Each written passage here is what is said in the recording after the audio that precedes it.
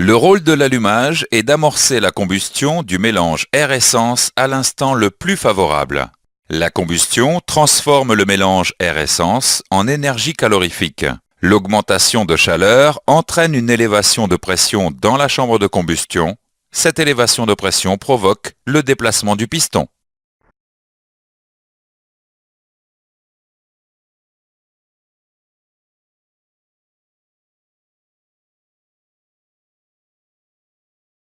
La combustion dans le moteur se produit en deux phases.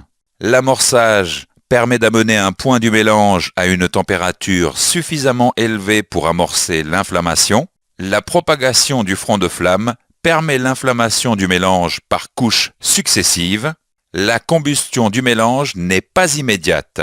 Il faut environ 2 millisecondes entre l'amorçage et la combustion complète.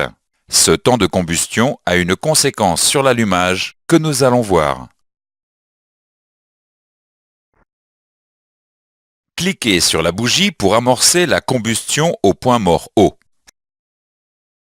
Si l'amorçage de la combustion a lieu au point mort haut, PMH, la pression due à la combustion devient maximale alors que le piston est déjà descendu. La force exercée sur le piston ne s'applique donc que sur une partie de la détente.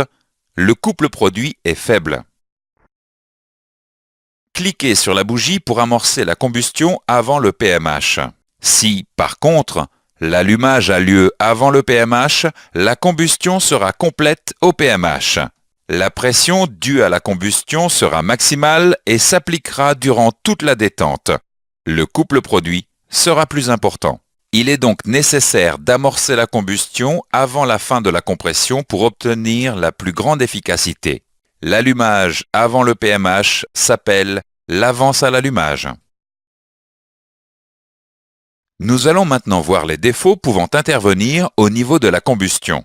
Dans le cas d'une combustion détonante, le début de la combustion se produit normalement, mais par suite de l'élévation de pression, le mélange non touché par la flamme s'échauffe brusquement en totalité. La combustion détonante est favorisée par un indice d'octane trop faible par rapport au taux de compression du moteur.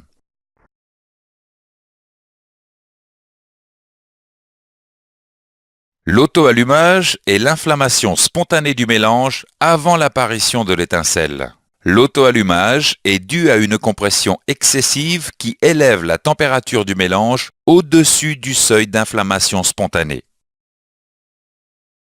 Le préallumage est l'inflammation non commandée du mélange avant l'étincelle. Cette inflammation se produit au contact d'un point chaud de la chambre de combustion. Ce point chaud peut être dû à une arête vive, à une électrode de bougie ou à une soupape d'échappement trop chaude. Tous ces défauts de combustion conduisent à une combustion anarchique. La rencontre de deux fronts de flamme produit une onde de choc appelée cliquetis. Le cliquetis provoque une brutale surchauffe pouvant aller jusqu'à la fusion des électrodes de bougie ou de la tête de piston. Faisons maintenant un exercice avant de continuer. Qu'est-ce que l'auto-allumage ? Dans ce chapitre, nous avons vu les points suivants. Le rôle de l'allumage est d'amorcer la combustion du mélange air-essence à l'instant le plus favorable. La combustion dans le moteur se produit en deux phases, l'amorçage et la propagation du front de flamme. Il est nécessaire d'amorcer la combustion avant la fin de la compression pour obtenir la plus grande efficacité. La combustion détonante est une propagation instantanée du front de flamme. L'auto-allumage est l'inflammation spontanée du mélange avant l'apparition de l'étincelle. Le préallumage est l'inflammation non commandée du mélange avant l'étincelle due à un point chaud. La rencontre de deux fronts de flamme produit une onde de choc appelée cliquetis.